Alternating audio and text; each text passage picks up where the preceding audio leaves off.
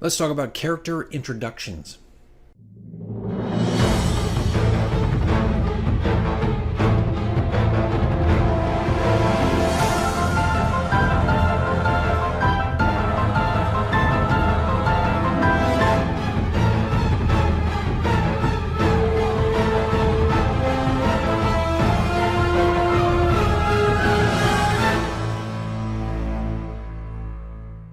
Hey everybody, this is DM Mike, and today we're going to talk about, well, character introductions, how we bring our characters into our D&D campaigns, at least how I have kind of structured my own D&D campaigns and how I introduce characters' backstories and whatnot. So what is a character introduction? Well, it is a radio drama. It's a smaller radio drama.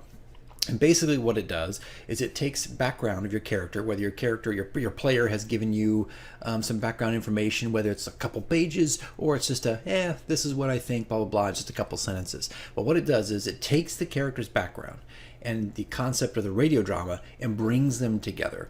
And this is something I use in the prologue adventures. Like, so when we're starting out, actually before we even start out in the campaign, I send out all my players one specific character introduction that incorporates their backgrounds that they've written or they've just kind of given me a couple sentences on.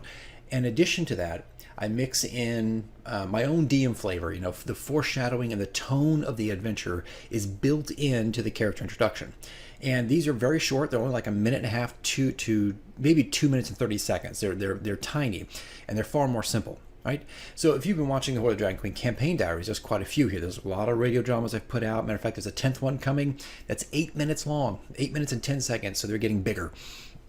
But the character introductions are tiny, and there's four major, what's what I'm looking for? There's four ways in which I use radio dramas. Right? And the first one is the cinematic one. You've seen a lot of this in the Holy Dragon Queen campaign diaries. They're long, they're complex, they're big. They have narration and music and voice work and tons of sound effects. And if you look at an Adobe Audition file, they're like 20, 30 layers deep. I mean, it's a lot. And it usually takes, I think, about 8 to 12 hours to do. All right, so those are the big ones, those are cinematic ones. The second one is a tone piece. If you've looked at the campaign diaries, you'll see that. I think it's campaign diary number 2, not campaign diary, the radio drama number 2, which is Kingston.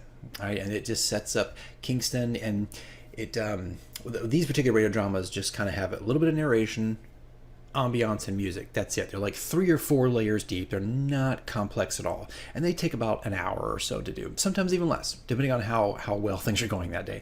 But they're pretty quick. A third one is the ambient effects. To give a feeling of verisimilitude. Your characters are in a swamp, they're in a castle, they're in a cave, they're in an inn, they're in a market. The ambient effects, they can take a couple hours to do, 2 to 4 hours to do, and they can be very complicated as well. They tend to be, for me, like 5 to 10 layers deep on Adobe Audition, and crafting them. And they can get pretty big. I have them run about 15 to 25 minutes, somewhere in between there, and have them loop when we play. So that's the third one. And the last one is the one I'm going to show you today, which is the character introduction. And like I said, it's the mixture of some of this input that's coming from the characters or the players, and then my own stuff, foreshadowing and setting up tone. And this is a great way to get your players in the mood for the campaign, to understand the feeling of it, the atmosphere that they're getting ready to walk into, and of course, like I said, the tone of the entire adventure. So I have 5 of these. They're going to be quick videos, hopefully 10 minutes or less. Each of these character introductions is only like 2 minutes. 2 minutes and 30 seconds, I think, is the longest one. And today I think I wanted to start with Althea, our Druid. Her backstory was very simple. This is a great example of someone who just said, hey, she lives in the forest, she's been out there for a long time, and it was maybe 2 sentences. She didn't write anything out. She just said, here we go.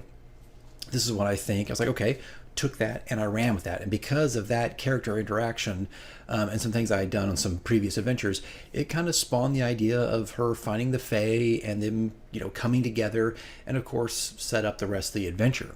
All right. So today, let's just focus on the first one, and there'll be 5 more videos or 4 more videos after this that'll highlight each character in our campaign and what I sent them personally. And what also, in addition to this, no one else heard these.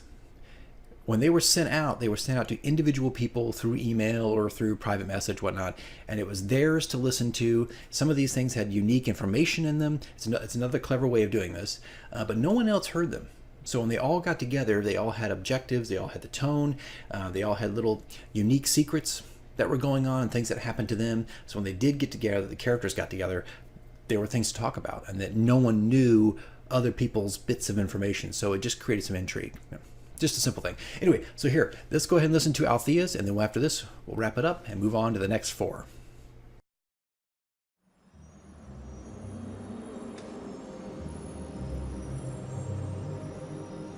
As you traveled among the forest and ruins, buried deep under rock and tree, an unusual phenomenon happened. The return of fairies.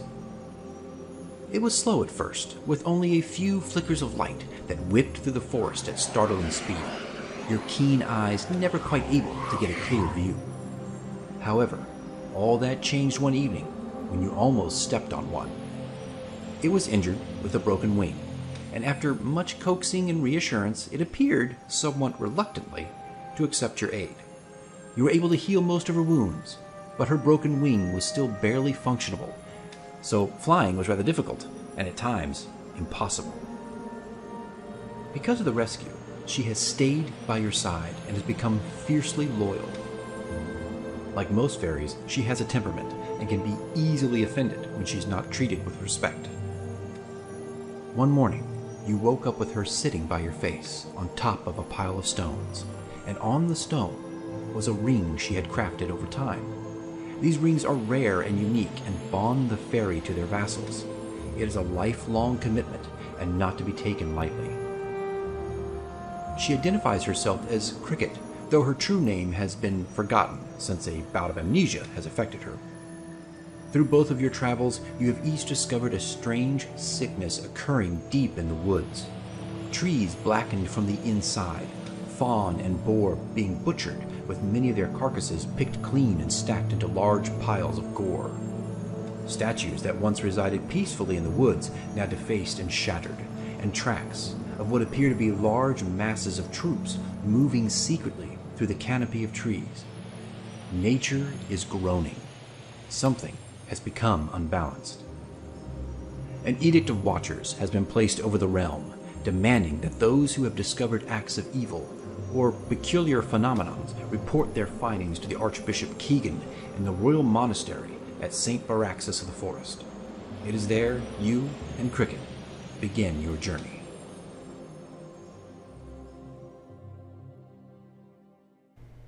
There you have it, folks. That is 1 of 5. These are the character introductions I sent out February of this year, 2018, depending on how long this video stays up. But sent it February 2018, and kind of sent it about a few days before we played, and sent it out to everybody all at one time so everybody could listen to it and get into it, and kind of get ready for the adventure. So this is something else. It's just another method I recommend for, creating radio dramas. You don't have to wait till the adventure starts. You can do it before the adventure starts to get everybody kind of hyped and ready to go. So there'll be 4 more after this. They are part of the Horde of the Dragon Queen campaign diary, so they'll be in there, and also probably in the Horde of the Dragon Queen radio drama playlist as well, even though they'll probably be out of order because these 5 actually came long before the adventure even started. So anyway, that's it, guys. That's all I got today. Just expect those next few videos, and we should be playing about the 3rd or 4th week of October 2018. I'm still moving, and really this room is pretty much emptied out almost, except for a few things behind me and some of the posters here. But we're getting ready to do a massive move in just a couple days, so we still haven't played yet. So there's still things kind of up in the air, and most likely we'll still be playing at my house, but my second home, we're going to be transitioning over there at some point. It's all over the place. So anyway, expect more campaign diaries, radio dramas, and the next 4 of these radio dramas to come up. All right, that's it, guys. That's all I got for now, but I'll see you in the next video.